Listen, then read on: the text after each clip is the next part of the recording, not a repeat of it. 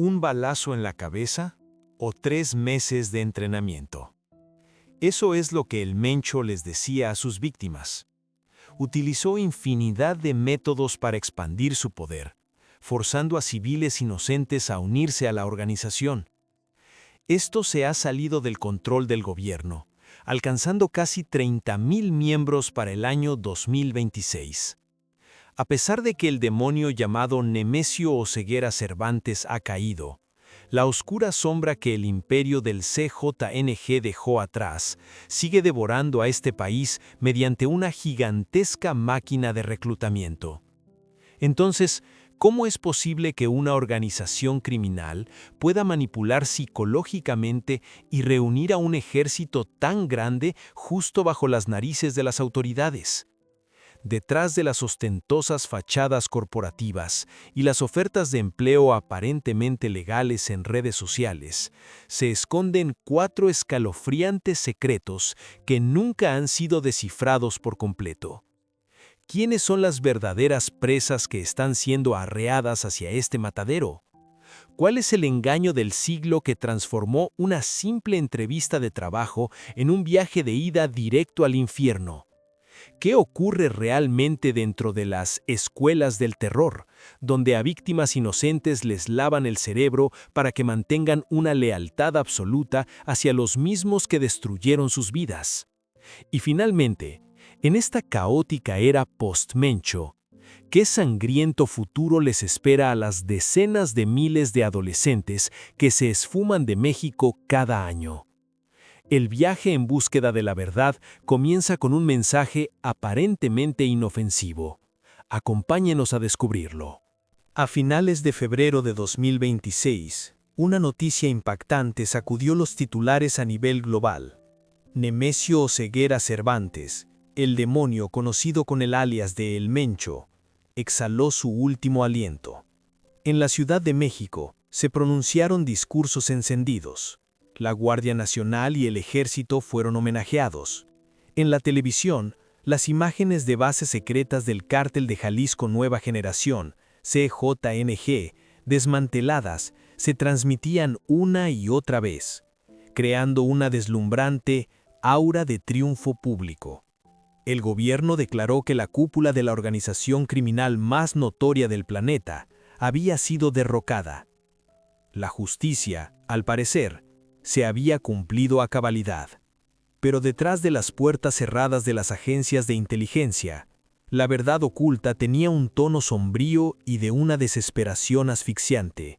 Pocos sabían que en el momento en que millones de ciudadanos brindaban celebrando, las mentes más brillantes de la Administración de Control de Drogas de Estados Unidos, DEA, y la inteligencia militar mexicana, se sumían en un silencio sepulcral. No sonreían, contenían la respiración, esperando un sangriento tsunami. ¿Por qué los héroes que estaban en la línea de frente del bando de la justicia sentían un peso tan grande? Porque ellos son quienes mejor entienden una ley brutal del inframundo, una doctrina conocida por un nombre escalofriante: el efecto Capo.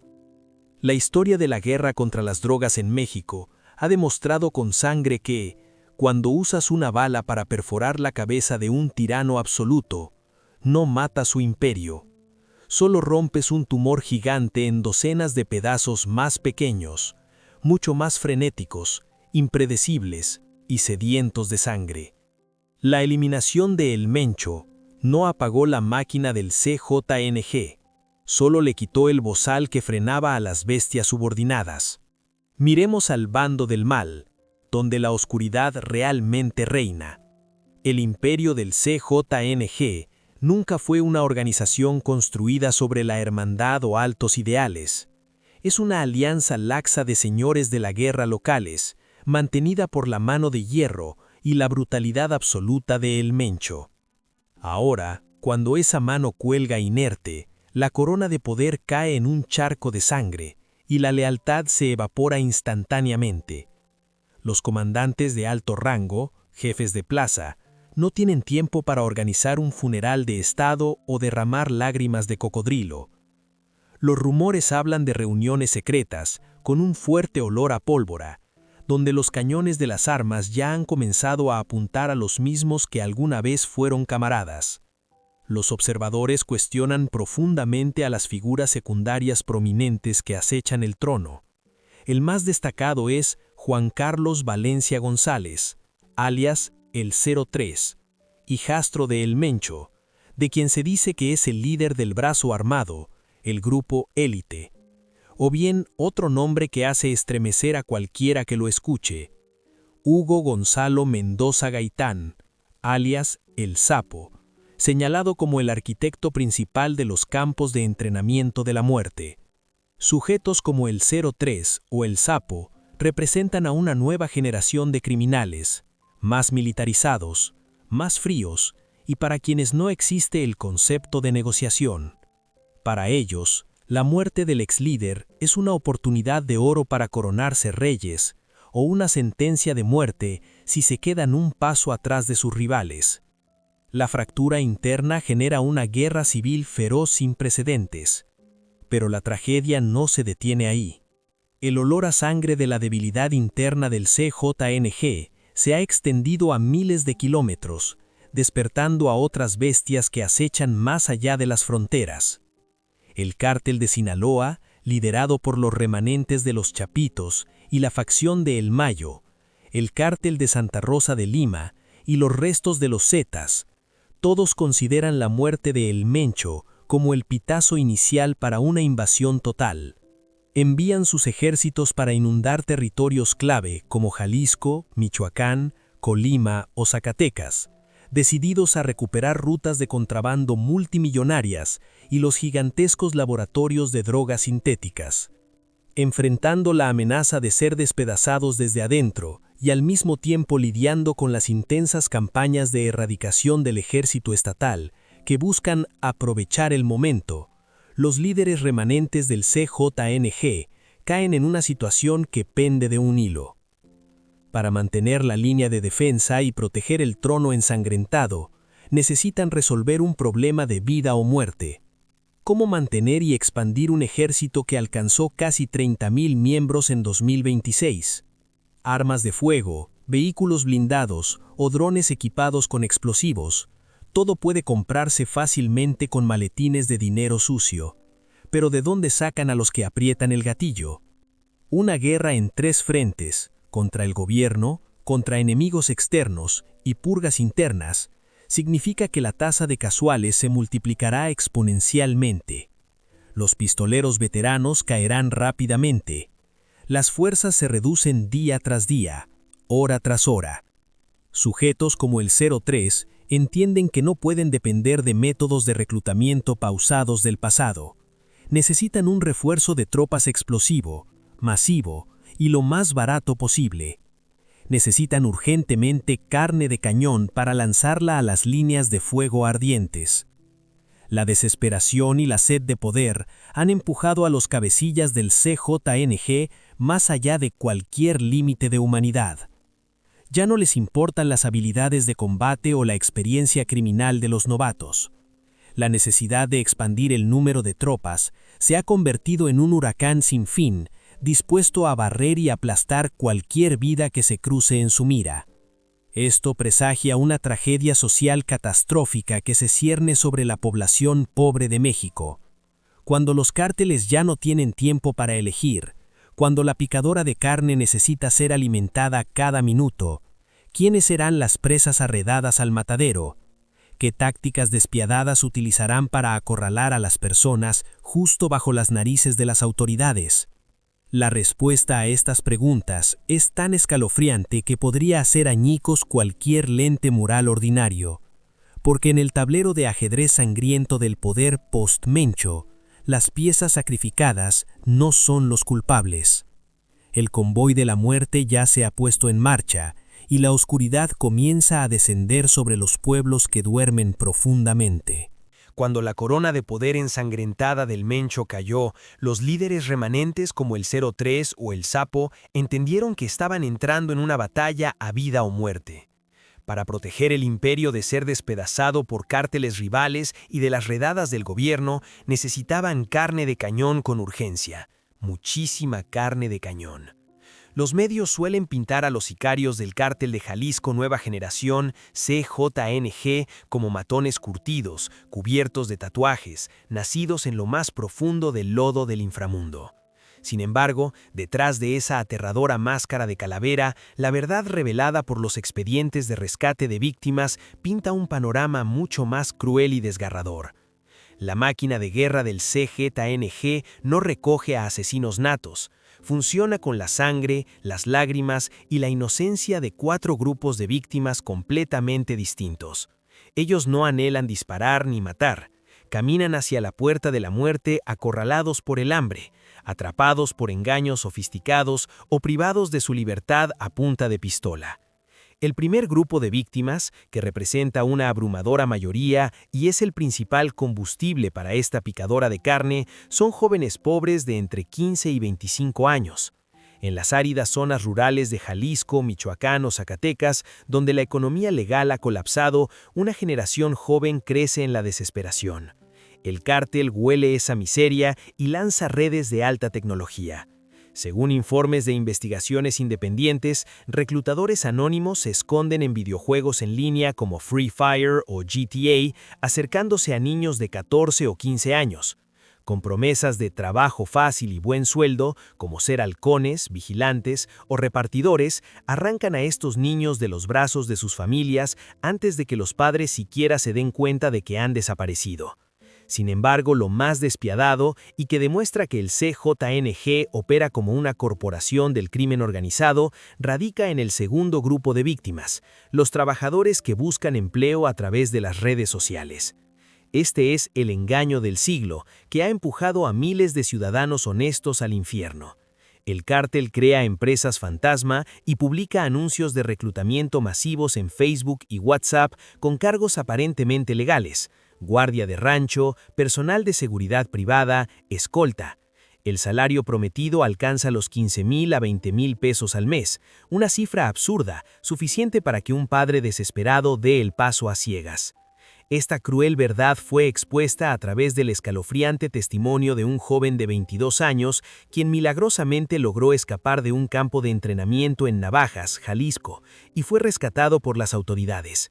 En su declaración, el joven aún no salía del asombro al recordar aquel fatídico día. Leí la oferta de trabajo para guardia de seguridad en Facebook. Me citaron en una oficina en Tlaquepaque. El lugar parecía muy profesional, con escritorios, una secretaria, y el entrevistador llevaba una camisa bien planchada. Me dijeron que había sido contratado y me pidieron que subiera a una camioneta tipo van de la empresa para ir a una capacitación profesional a las afueras. Pero en cuanto se cerró la puerta del vehículo, la sonrisa del de Recursos Humanos se desvaneció. 2 hombres corpulentos sacaron armas y nos apuntaron directamente a la cabeza. Nos quitaron los teléfonos, destrozaron los chips y nos ataron las manos. Ese viaje no iba a ningún centro de entrenamiento para guardias de seguridad, iba directo a lo profundo del bosque. Con tan solo un contrato fantasma, cientos de mecánicos, contadores y recién graduados universitarios fueron despojados de su identidad. Perdieron sus nombres, reducidos a números borrosos en la máquina de matar. No obstante, cuando el suministro a través de las redes sociales es expuesto o cuando las purgas internas exigen tropas de inmediato, el rostro más primitivo y sanguinario del CJNG se revela a través del tercer grupo de víctimas, los secuestrados por la fuerza. Ya sin la fachada de un amable departamento de recursos humanos, estas son cacerías humanas a plena luz del día. Los sobrevivientes de los autobuses interurbanos que transitan por la sangrienta carretera que conecta Jalisco y Zacatecas han proporcionado testimonios que hacen estremecer al público. Un testigo anónimo, un trabajador migrante, relató temblando a los periodistas: alrededor de las 2 de la madrugada, nuestro autobús fue interceptado por 2 camionetas blindadas. Hombres encapuchados, armados con rifles de asalto, subieron al vehículo. Nos apuntaban con linternas. No robaron dinero. Caminaron por el pasillo, señalaron a los hombres más fuertes y rugieron: tú y tú, levántense. La esposa de uno de los hombres lloraba y suplicaba, y el pistolero fríamente le puso el cañón del arma en la frente al bebé que llevaba en los brazos y dijo: cállate o disparo. Los hombres fueron arrastrados hacia la oscuridad. Esa fue la última vez que sus familias los vieron. La única opción que el cártel les da a estos secuestrados es sumamente simple: unirse a la organización y dispararle a la policía o convertirse en un cadáver anónimo en una fosa común. Finalmente, para gestionar y operar este ejército variopinto compuesto de engañados y secuestrados, el CJNG necesita al cuarto grupo de víctimas, los más peligrosos: ex policías y ex militares. A diferencia de los tres primeros grupos, estos individuos suelen cruzar voluntariamente la línea del crimen por la tentación del dinero. Insatisfechos con los sueldos de miseria del gobierno, venden su juramento de proteger la ley a cambio de maletines de dinero sucio. Son las piezas tácticas, los que convierten a una multitud de civiles en escuadrones guerrilleros élite. Y cruelmente, son estos ex militares los que se convierten en los instructores a sangre fría que ejecutan directamente los rituales de tortura y lavado de pensamiento en los otros tres grupos de víctimas. 4 personas, 4 caminos, pero todos convergen en un punto ciego de la justicia. Cuando los camiones cerrados, llenos de engañados y secuestrados, se adentran en las montañas de Tala, la luz del mundo civilizado se extingue oficialmente. Pocos saben que la muerte no es lo peor. ¿Qué es lo que realmente les espera a estas personas inocentes más adelante? Cuando el chirrido ensordecedor de los frenos resonó y las puertas del camión cerrado de golpe se abrieron de par en par en medio de la oscuridad absoluta de la zona montañosa de Tala, estado de Jalisco, la última y frágil esperanza de los buscadores de empleo quedó completamente destrozada. No había ningún centro de capacitación de personal, ni contratos laborales, ni luces de la calle. Lo que aguardaba a los carpinteros, a los estudiantes universitarios y a los niños de 14 años que temblaban de frío eran los cañones de los rifles de asalto apuntándoles directamente a la cara, ráfagas de insultos denigrantes y el seco sonido de las armas al cargar cartucho. Las puertas de las escuelas de terror, los infames campamentos del cártel de Jalisco, se cerraron oficialmente a sus espaldas. ¿Qué es lo que realmente ocurre bajo las copas de esos pinos aislados? Durante años, el sistema de medios de comunicación nacional siempre intentó encubrir o minimizar el nivel de brutalidad de estos campamentos para evitar generar un trauma psicológico en la población. El gobierno se esforzaba por construir un aura pública de que tenían bajo control la situación de seguridad. Pero detrás de las puertas cerradas de la realidad, el periodismo de investigación independiente en México arriesgó sus vidas para acercarse a los escasos testigos sobrevivientes, víctimas que llevan cicatrices tanto en el cuerpo como en el alma tras haber escapado de las garras de la muerte. Sus testimonios, al ser publicados, expusieron un manual de lavado de cerebro tan espeluznante que supera la imaginación de cualquier guionista de cine de terror. Nos arrojaron a unos 40 de nosotros en un terreno baldío cercado con alambre de púas. A nadie se le permitía hablar. El comandante salió, arrojó un machete al suelo y rugió. Aquí solo hay 2 opciones: derramar la sangre de otro o cavar tu propia tumba. Ese es el inquietante testimonio de Carlos, nombre modificado por las autoridades investigadoras para proteger su vida.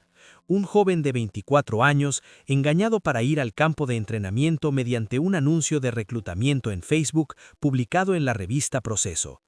Los testimonios de sobrevivientes como Carlos han esbozado el proceso de 4 semanas de deshumanización total que cualquiera que ingrese allí debe soportar. ¿Podría el público imaginar que el cártel alimentaría bien a los reclutas para que tengan fuerza para combatir? La verdad es todo lo contrario. Durante la primera semana, a las víctimas se les priva de comida, se les obliga a dormir sobre la tierra helada en medio del bosque y son torturados continuamente sin motivo alguno. Cualquiera que se atreva a levantar la cabeza y mirar a los ojos a los guardias, sicarios, es arrastrado y golpeado hasta quedar al borde de la muerte. El primer golpe psicológico es muy claro: borrar por completo el ego, la resistencia y la dignidad de un ser humano. Quieren transformar a ciudadanos libres en animales dóciles que solo saben obedecer órdenes para que les arrojen un sorbo de agua turbia. Pero el verdadero terror, lo que hace que a los investigadores se les hiele la sangre, comienza recién en la segunda y tercera semana, cuando empiezan a quebrar la corteza moral de las víctimas. Traían a hombres con los ojos vendados, diciendo que eran miembros de cárteles rivales o traidores. Luego nos obligaban a tomar palos, cuchillos.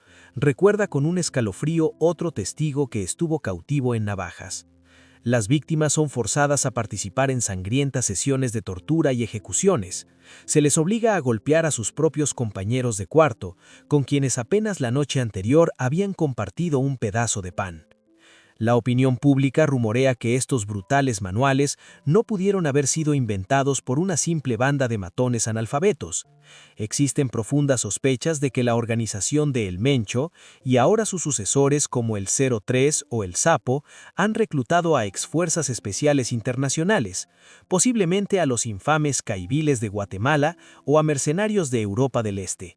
Pocos saben que en los rincones más oscuros del inframundo existen informes espeluznantes sobre el ritual de la prueba final, donde los reclutas son obligados a comer la carne de las víctimas asesinadas.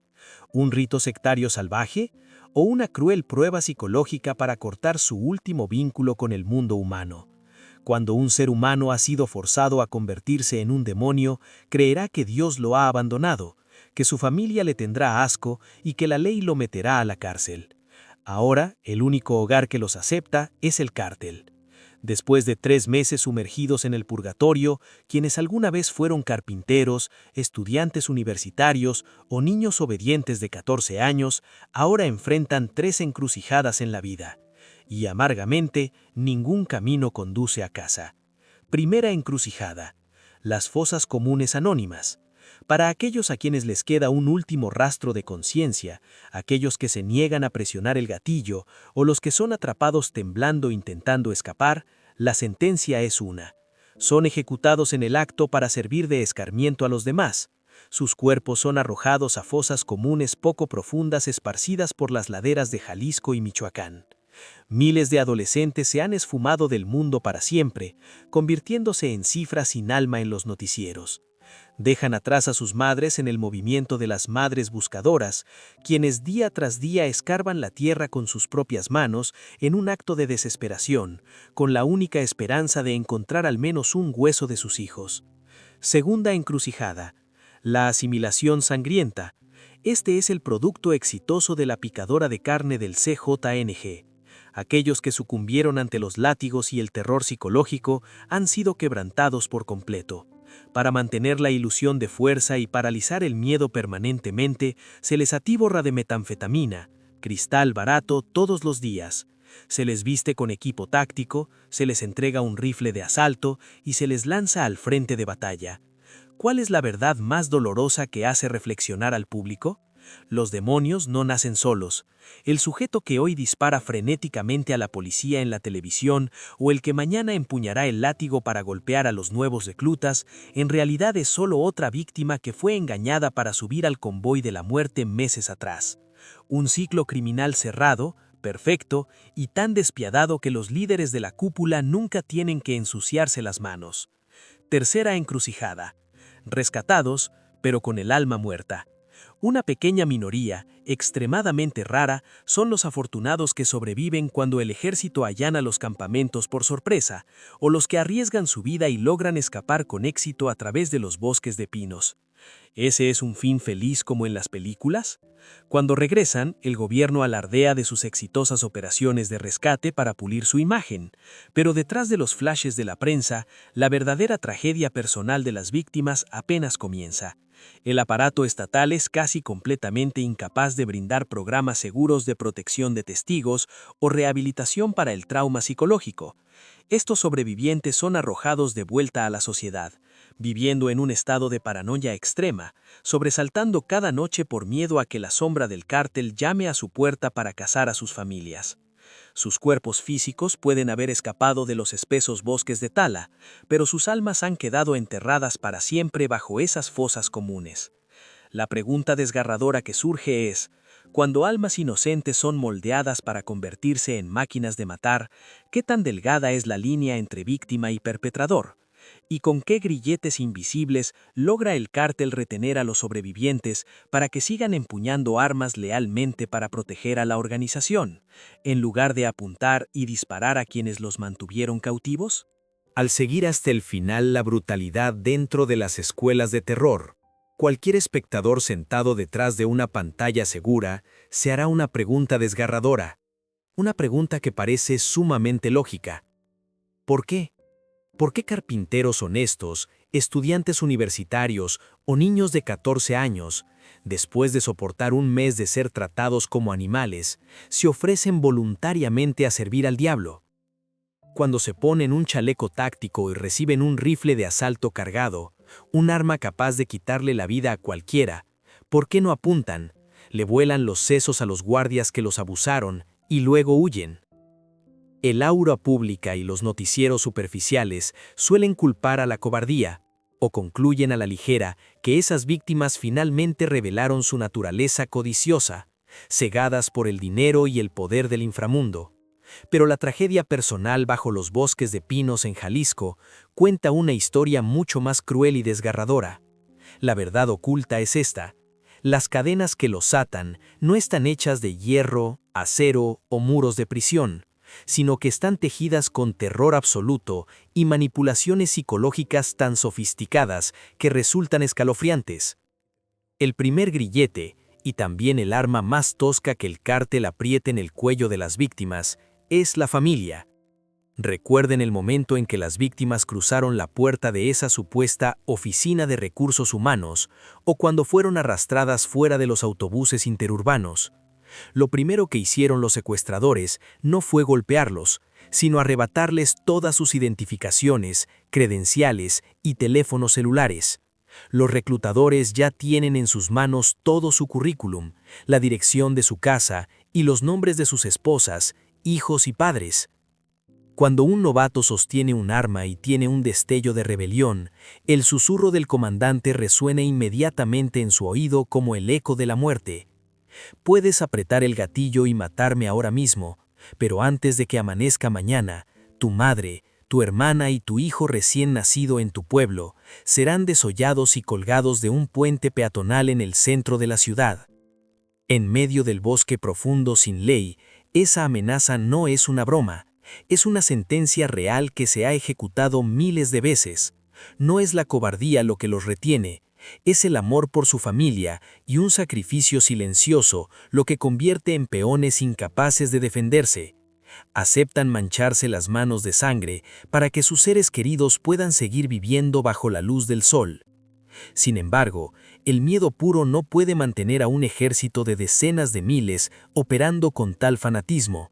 Es aquí cuando entra en juego el segundo grillete, una magia oscura llamada Síndrome de Estocolmo Sangriento. La opinión pública y los expertos en inteligencia plantean una enorme duda. El manual de lavado de cerebro del CJNG funciona de manera tan fluida y perfecta que, ¿acaso hay participación de expertos veteranos en guerra psicológica, exmercenarios pagados con sumas exorbitantes para diseñarlo? Al obligar a las víctimas a participar en ejecuciones masivas, torturar a sus pares o incluso en espeluznantes rituales sectarios como el canibalismo, el cártel las empuja cruelmente más allá de la línea roja de la humanidad. En la psicología criminal, cuando una persona es forzada a cometer los actos más repugnantes y a romper todas las normas morales humanas, su corteza cerebral se quiebra. El trauma psicológico masivo genera una ilusión de autoprotección. Empiezan a creer que están manchados para siempre, que Dios les ha dado la espalda, que la sociedad civilizada solo los verá como monstruos que deben ser exterminados, que la ley los arrojará a un calabozo por el resto de sus vidas, y en ese profundo abismo de aislamiento absoluto, quien los encarceló, quien los azotó, de repente se convierte en su único familiar restante. Se aferran al cártel como a una religión oscura, porque es la única parte en el mundo que aún acepta la existencia de aquellos que han perdido su humanidad. Y para asegurarse de que el arrepentimiento o la compasión nunca tengan la oportunidad de resurgir, el CJNG utiliza un tercer grillete, la dependencia química. A puerta cerrada en los campamentos, la metanfetamina, cristal, hielo o foco se distribuye de forma gratuita y obligatoria como una ración diaria. El químico destruye el cerebro, elimina el sentido del miedo, borra la empatía y convierte a jóvenes escuálidos en máquinas de combate que no sienten dolor. Cuando llega el síndrome de abstinencia, están dispuestos a cumplir cualquier orden, por brutal que sea, solo a cambio de su última dosis de droga. El clímax de la indignación en este viaje de investigación es quizás cuando enfocamos la lente en analizar a los personajes de la segunda capa, los guardias o sicarios que empuñan directamente el látigo para golpear y entrenar a los novatos. El público los ve insultando, apretando el gatillo para masacrar sin piedad y asume por defecto que son demonios innatos del imperio de El Mencho. Pocos saben que se oculta una verdad asfixiante. Miren fijamente los ojos inyectados en sangre y vidriosos del joven sicario que hace guardia frente a la puerta del campamento. Hace unos meses, él también era un niño de 15 años, que también se tapó la cara llorando amargamente cuando lo bajaron empujones de un camión cerrado. Él también se horrorizó hasta vomitar cuando lo obligaron a empuñar un cuchillo por primera vez. La reencarnación del crimen ocurre de manera perfecta y atroz. La máquina del CJNG no solo crea pistoleros, crea una cadena de producción de demonios de ciclo cerrado. La víctima de ayer, obligada a pisotear los cuerpos de sus semejantes para sobrevivir, hoy se convierte en el verdugo que levanta el látigo sobre las espaldas de la próxima generación de víctimas. Al dejar que los más miserables se torturen, se maten y se vigilen entre sí, los capos en la cima de la pirámide de poder nunca tienen que mancharse las manos de sangre.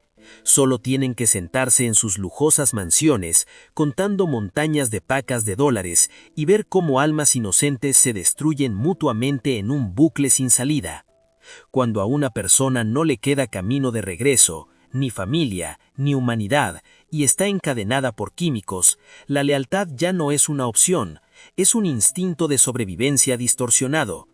Este grillete psicológico explica por qué, a pesar de que el Mencho ha caído, y a pesar de que decenas de miles de soldados han muerto bajo el fuego de la Guardia Nacional, la máquina diabólica del CJNG no se ha derrumbado. Los sucesores solo tienen que seguir enviando autobuses llenos de nuevas víctimas al bosque, y la oscuridad, automáticamente, hará el resto del trabajo. Cuando los sangrientos grilletes psicológicos se clavan profundamente en los cerebros de las víctimas dentro de las escuelas del terror, la máquina del CJNG ha logrado crear un ejército de demonios desalmados.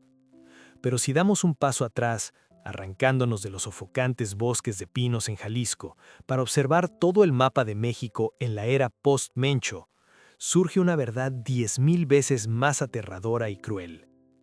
El espejismo público de las campañas gubernamentales contra las drogas, las brillantes medallas otorgadas en televisión tras la muerte de Nemesio Oseguera Cervantes, son en realidad solo un telón de terciopelo desgarrado. Intenta ocultar la gran tragedia personal de toda una nación. El futuro de este país está siendo devorado, literalmente, y nadie puede presionar el botón de alto.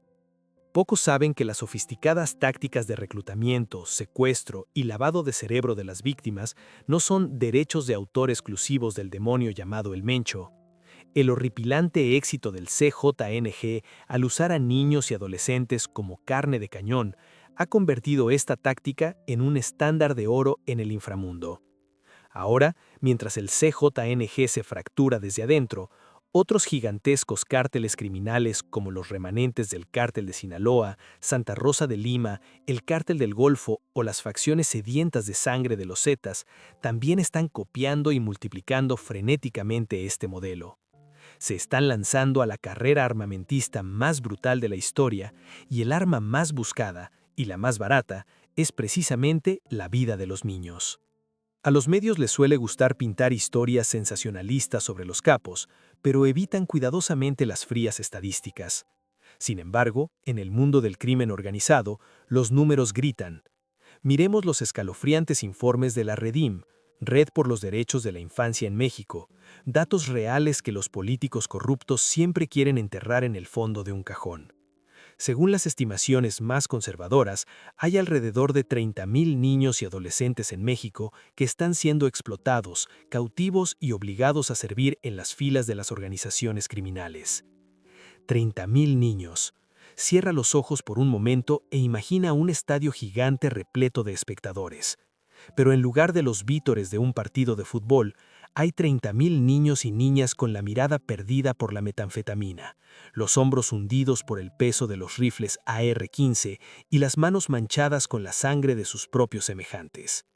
Los niños son transformados en halcones, vigilantes, estafadores, mulas de drogas y el colmo de la crueldad, niños sicarios, máquinas de ejecución que apenas han pasado los 13 o 14 años.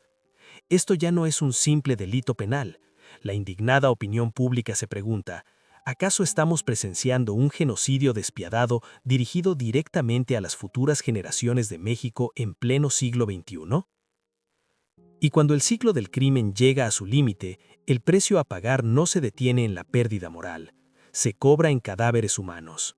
Las estadísticas nacionales de mortalidad revelan una realidad que destroza cualquier lente humanitaria. En promedio, cada día que pasa en este país, alrededor de 7 niños y adolescentes son asesinados. 7 almas inocentes privadas de la vida cada día. 7 camas vacías, 7 madres colapsando frente a las puertas de la morgue, un día tras otro, un año tras otro. Esos cuerpos son arrojados a los lados de las carreteras, colgados de puentes peatonales con carteles de cartón que dictan advertencias sangrientas entre cárteles, o se evaporan para siempre del mundo humano. Lo que los medios evitan, lo que los informes oficiales suelen ignorar, es la lista interminable de los desaparecidos. Cuando los campos de internamiento del CJNG o Sinaloa se desbordan, cuando los niños no logran superar las pruebas de lavado de cerebro o simplemente cuando ya no tienen valor de explotación en el campo de batalla, son liquidados como mercancía defectuosa. Bajo la tierra roja de los estados centro y occidente de México hay un mapa plagado de fosas comunes anónimas. Decenas de miles de familias son obligadas a vivir en el limbo psicológico más cruel, sin un ataúd para llorar, sin una tumba para visitar. Detrás de las puertas cerradas de las comisiones de búsqueda, la imagen de las madres del movimiento de las madres buscadoras usando varillas oxidadas para perforar la tierra, escarbando con sus propias manos cada puñado de lodo para encontrar el cráneo de sus hijos, es una bofetada ardiente al espejismo público de un Estado impotente. El ascenso y caída de un capo como el Mencho no cambia esta realidad, solo hace que la picadora de carne acelere. Cuanto más el gobierno declara la victoria y los cárteles se fragmentan, más feroz se vuelve la necesidad de disputar el territorio. ¿Hacia dónde dirige el futuro de una nación cuando su recurso más valioso no es el petróleo ni la tecnología, sino la sangre cálida de los jóvenes exprimida para servir al trono de las drogas?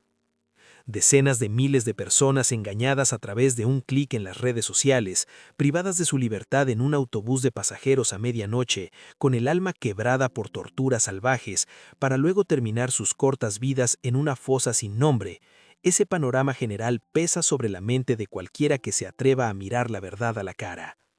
El mayor demonio pudo haber exhalado su último aliento a finales de febrero de 2026, pero la semilla que sembró ha echado raíces demasiado profundas en el sistema nervioso de toda una nación. La corona del crimen sigue sangrando y los fantasmas invisibles continúan llamando a las puertas de las casas de adobe a la medianoche, exigiendo nuevos chivos expiatorios. Cuando las cifras sangrientas de las fosas comunes quedan expuestas, cuando decenas de miles de adolescentes se esfuman del mapa demográfico del país, una pregunta gigantesca cae de inmediato sobre las cabezas de quienes ostentan el poder supremo. ¿Dónde está el gobierno?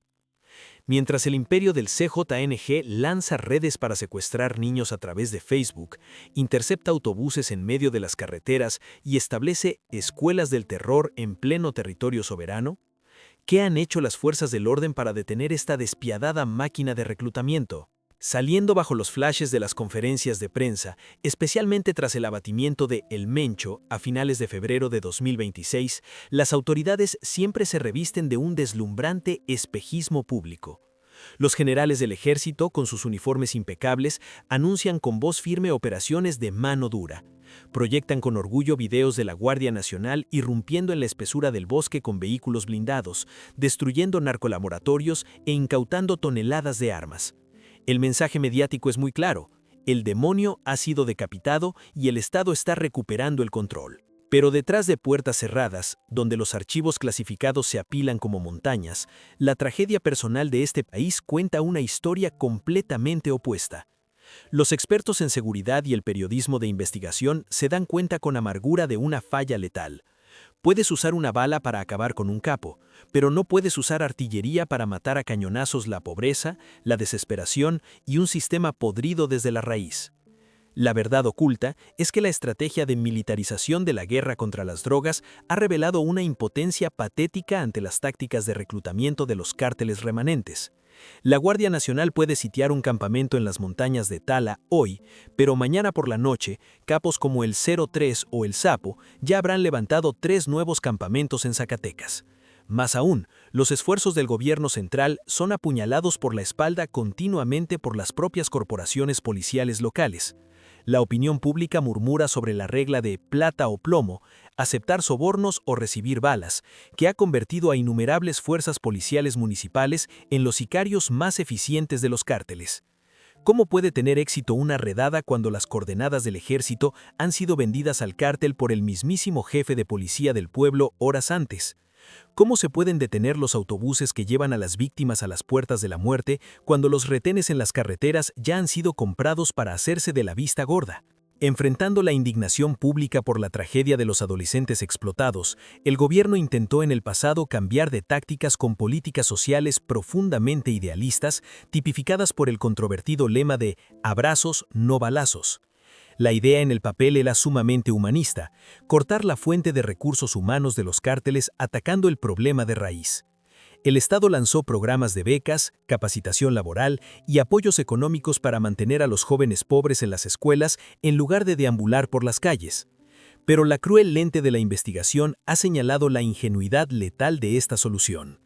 ¿Cómo puede un subsidio gubernamental de unos pocos miles de pesos al mes competir con la promesa de 20,000 pesos, una camioneta último modelo y el poder supremo que el cártel pone ante los ojos de un adolescente desesperado? La bondad del Estado ha demostrado ser demasiado lenta, demasiado burocrática y demasiado frágil frente al poder de manipulación psicológica a través de las drogas y la violencia del inframundo. Entonces, ¿cuál es la salida para una nación que está siendo devorada por los mismos tumores que tolera? Criminólogos internacionales y analistas de inteligencia han propuesto una serie de soluciones incisivas, pero parecen seguir estando fuera del alcance de un sistema en decadencia. Primero, para desmantelar el engaño del siglo en el ciberespacio, la guerra no puede librarse solo en la espesura del bosque, sino que debe llevarse a los servidores de datos. El gobierno necesita crear fuerzas especiales de seguridad cibernética que tiendan trampas directamente a los equipos de recursos humanos fantasma del CJNG en Facebook, WhatsApp o plataformas de juegos como Free Fire. No se puede esperar a que las víctimas sean subidas a las camionetas para perseguirlas y rescatarlas. Se deben aplastar las empresas fachada y bloquear de raíz las transacciones financieras ilícitas que pagan por estos anuncios a sangre fría. Segundo, debe haber una cirugía mayor para limpiar la podredumbre dentro del sistema político. No sirve de nada quien soli que la orden de despliegue policial sea el mismo que se sienta a la mesa con los capos de la droga. Tercero, y la solución más dolorosa, la crisis posterior al rescate. Actualmente, cuando se desmantela una escuela del terror, los niños sobrevivientes son sacados con traumas psicológicos irreversibles. El gobierno se enorgullece de fotografiarlos como trofeos de la justicia. Pero, ¿después qué? Los niños son devueltos exactamente a los mismos barrios marginales y paupérrimos de donde fueron secuestrados. No existe un programa de protección de testigos lo suficientemente fuerte. No hay centros de rehabilitación psicológica especializada para desintoxicarlos de metanfetamina y erradicar el síndrome de Estocolmo. Se les abandona a su suerte para lidiar con pesadillas que destrozan su humanidad. Amargamente, la opinión pública sabe que, apenas unos días después, los sicarios del cártel llamarán a sus puertas, les pondrán una arma en la cabeza y obligarán a estos desertores a regresar al bosque o los limpiarán para silenciarlos. Mirando el panorama general, la justicia en la era post-Mencho es como una capa de pintura deslumbrante aplicada a la prisa sobre una casa que se está pudriendo por las termitas.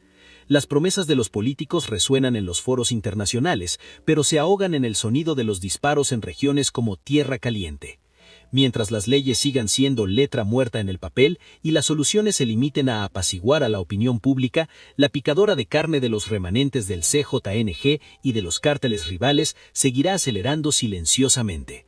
A ellos no les importan los discursos, solo les importa una cosa: cuántas trampas se han tendido esta noche y cuántos camiones cerrados volverán a rodar mañana hacia las puertas de la muerte. Nuestro viaje de investigación comenzó con un mensaje inofensivo en la pantalla del teléfono, un volante de empleo esparcido en las redes sociales, y terminó en el fondo de las frías fosas comunes en Jalisco. Las 4 escalofriantes capas de secretos detrás de la máquina de reclutamiento del Cártel de Jalisco Nueva Generación, han sido desnudadas una por una. Desde la fachada corporativa perfecta que encubría trampas a sangre fría, el contexto corrupto que tolera el crimen, hasta las escuelas del terror que aplastan la humanidad, y finalmente la tragedia de decenas de miles de adolescentes que están siendo utilizados como chivos expiatorios en la era post-Mencho. La caída de un demonio supremo a finales de febrero de 2026, al fin y al cabo, no trajo el amanecer a México como los medios de comunicación han estado celebrando. Por el contrario, abrió un gigantesco vacío de poder donde las facciones remanentes arrebatan frenéticamente vidas humanas para construir un nuevo trono. Ese imperio de las drogas no solo sobrevive gracias a las armas o los narcóticos, sino que se alimenta de los 3 nutrientes más crueles: el silencio de las autoridades, el poder invisible de los pactos secretos manchados de sangre y el terror absoluto que envuelve a la población más vulnerable.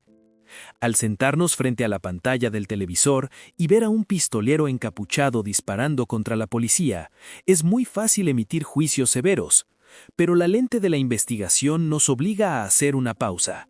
El asesino a sangre fría que hoy levanta el látigo para golpear a los reclutas, muy probablemente solo sea un padre desesperado que buscaba trabajo como guardia de seguridad hace unos meses, o un niño de 14 años obligado a tragarse su propia humanidad para que su madre y su hermana menor en su pueblo natal puedan sobrevivir. Subieron a un autobús normal, y cuando bajaron ya estaban en el infierno. No podemos usar las circunstancias como excusa para lavar o justificar crímenes atroces.